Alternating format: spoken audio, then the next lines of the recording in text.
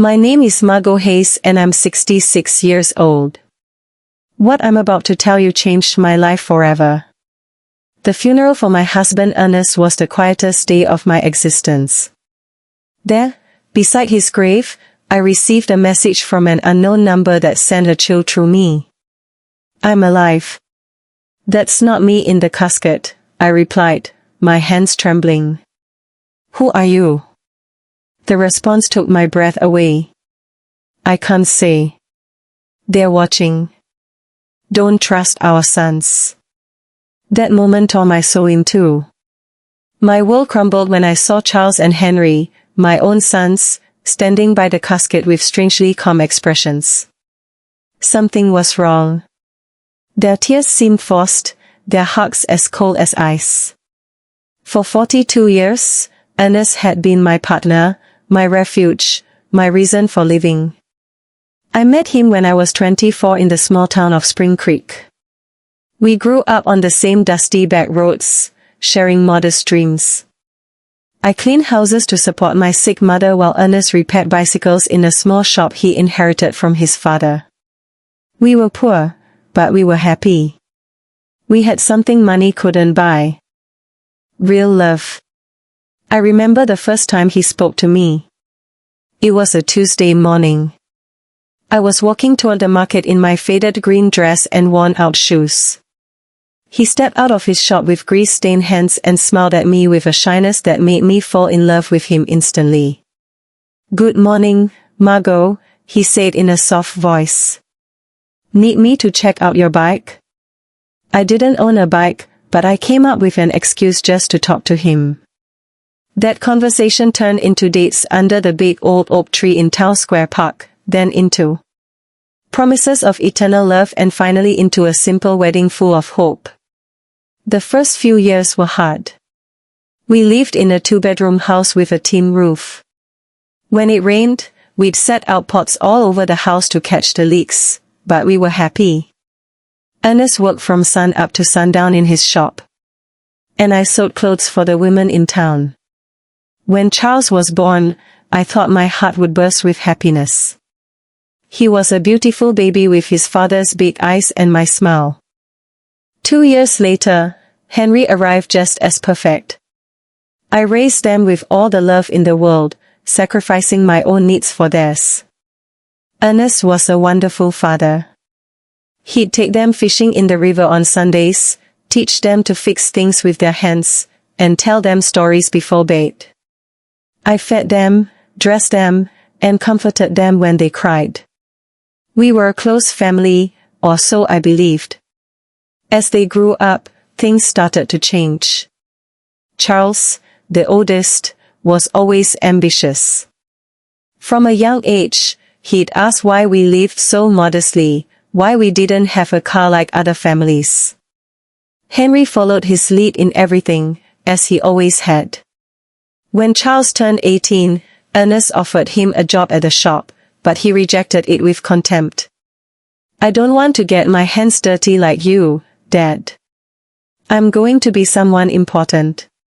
Those words hurt Ernest deeply, though he never said it to me. I see him sitting on the porch at night, staring at the stars with a look of sadness. His son had rejected not only his work, but his entire way of life. The years passed, and to my surprise, Charles managed to make a name for himself in the business world.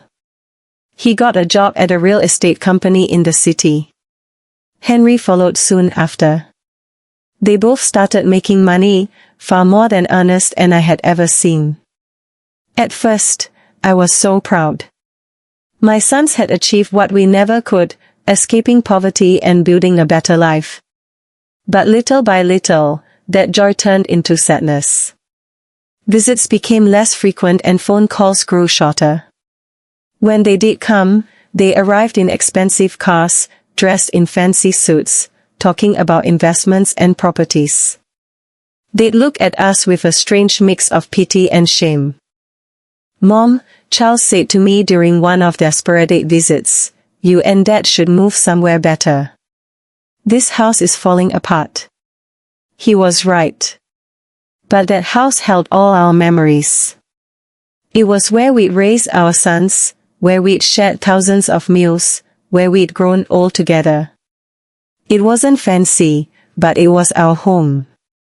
Ernest, always wise, would tell me, "Moro, money has changed our boys. We aren't enough for them anymore." I resisted believing it. I kept justifying their absences, their brief calls, their broken promises. They're busy building their lives.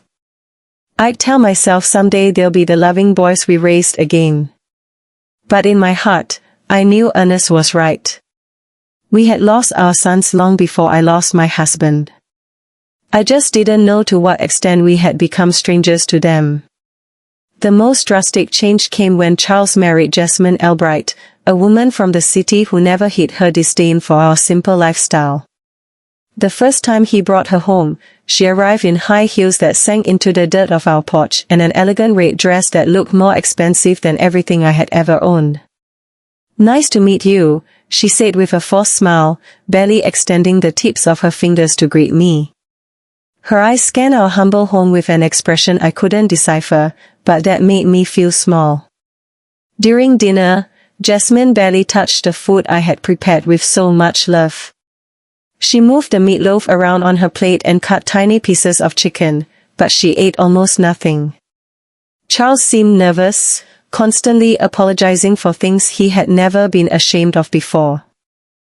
"Next time we'll take them out to a restaurant," he whispered to Jasmine, thinking I couldn't hear, but I heard him. Every word pierced my heart like a knife. Henry, for his part, remained single, but adopted the same distant attitude as his brother. His visits were limited to special occasions, and even then, he always seemed to be in a hurry to leave. He was constantly on his phone, closing deals, even during our conversations.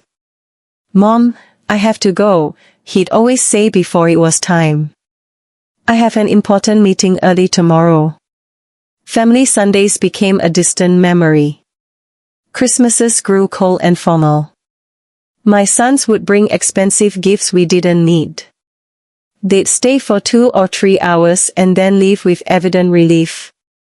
Ernest and I grew all alone, comforting each other.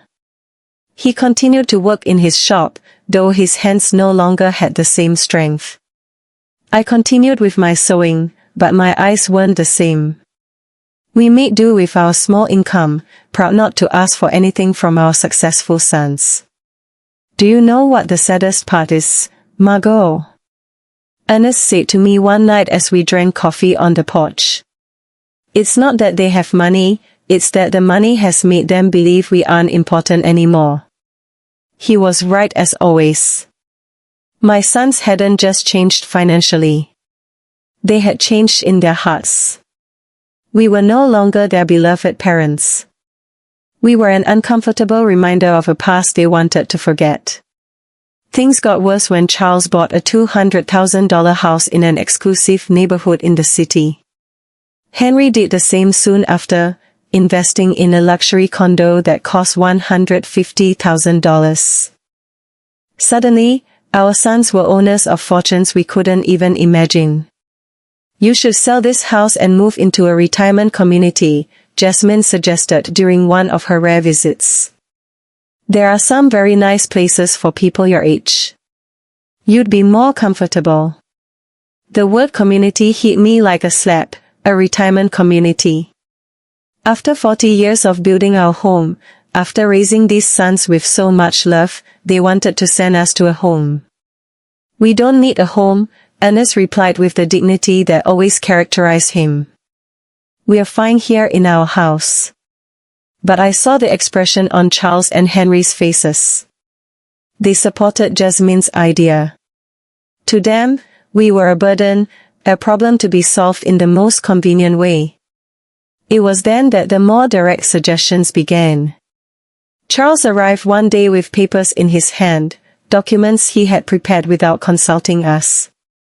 "Dad, Mom," he said with that fake smile he had perfected. "I've been thinking about your future. This house is worth at most $1,000. If you sell it, I can add some money so you can move somewhere better, a better place. To us, there was no place better than the home where we had been happy for decades. But Charles didn't understand that. For him, everything came down to numbers, to monetary value.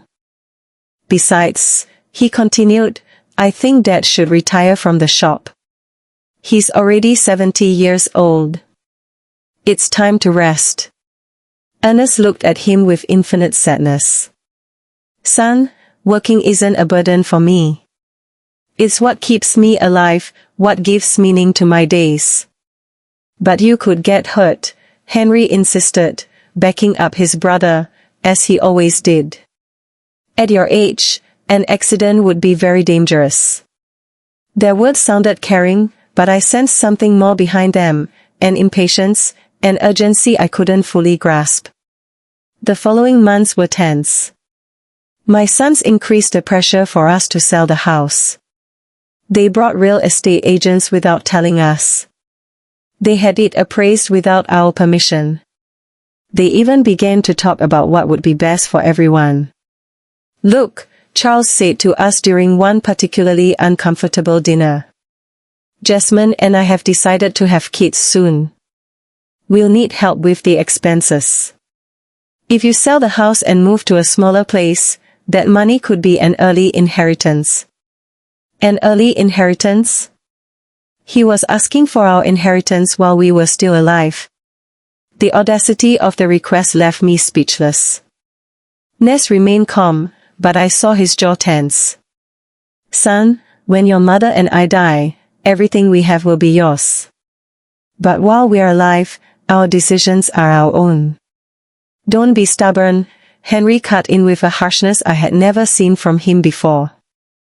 You're old now. You can't keep living in the past. That night, after they left, Ernest and I stayed up talking until dawn. For the first time in our marriage, we discussed the possibility that our sons were not the people we thought we had raised.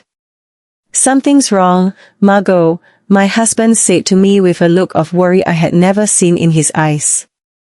This isn't just ambition or impatience. There's something darker behind all this pressure. I had no idea how profoundly correct his words were.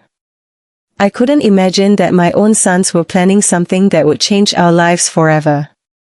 I didn't know that the tragedy that was coming wouldn't be an accident of fate, but a conspiracy carefully orchestrated by the two people I trusted most in the world. The last normal conversation I had with Charles was 3 weeks before Ernest's death. He came alone without Jasmine and looked more serious than usual. Mom, he said, sitting at the kitchen table where he had eaten breakfast so many times as a boy. I want you to know that no matter what happens, Henry and I will always take care of you. His words soothed me at the time, but now remembering them beside Ernest's grave, they sent a shiver down my spine. Why did he say no matter what happens? What did he know that I didn't? The accident that changed everything happened on a Tuesday morning. Ernest had left early for the shop, as he had done every day for more than 40 years. I was in the kitchen preparing his favorite lunch, meatloaf, and mashed potatoes when the phone rang with an urgency that sent a chill through me. Mrs. Hayes, a voice I didn't know asked. I'm calling from Memorial Hospital. Your husband has been in a serious accident. You need to come immediately. The words blurred in my mind like ink and water. The world stopped. My legs turned to jelly, and I had to grab the door frame to keep from falling. What happened? Is he okay? Is he alive? Is he in the ICU? Ma'am, please come as soon as possible. The trip to the hospital was a hazy nightmare. My neighbor, Doris, had to drive me because I was shaking so much I couldn't even hold the keys. The whole way there, my mind refused to process what was happening. Ernest was careful, meticulous in his work. How could this have happened? When we got to the hospital, Charles and Henry were already there. That surprised me because no one had notified them yet. At least not me. But in my desperation, I didn't pay attention to that detail. "Mom," Charles said, hugging me with a force that seemed genuine. "Dad is in bad shape. The doctors say one of the machines at the shop exploded. He has severe burns and a traumatic brain injury." Henry's eyes were red, but something in his expression felt off. He seemed more nervous than sad, like someone waiting for important news rather than someone suffering for his father. "Can we see him?" I asked, desperate. "Only immediate family, one at a time, and for 5 minutes max," the nurse explained. When I entered the ICU room, my heart sank. Ernest was hooked up to a dozen machines with bandages covering most of his face and arms. I barely recognized him. His breathing was labored, artificial, kept going by machines that beeped constantly. I walked up to his bed and took his hand, the only part of his body that seemed intact. "Ernest, my love, I'm here. Everything is going to be all right. You're going to recover just like you always do." For a moment, I felt a slight squeeze in my hand. His eyes moved behind his closed lids. He was fighting. My warrior was fighting to get back to me. The next 3 days were the longest of my life. I practically lived at the hospital, sleeping in the uncomfortable chairs in the waiting room. Charles and Henry took turns accompanying me, but they always seemed more interested in talking to the doctors than in comforting their father. I overheard fragmented conversations that I couldn't fully understand at the time. Henry asked about medical insurance, about the cost of treatment. Charles was on the phone talking about life insurance policies and beneficiaries. "Mom," Charles said to me on the second day, "we reviewed Dad's insurance.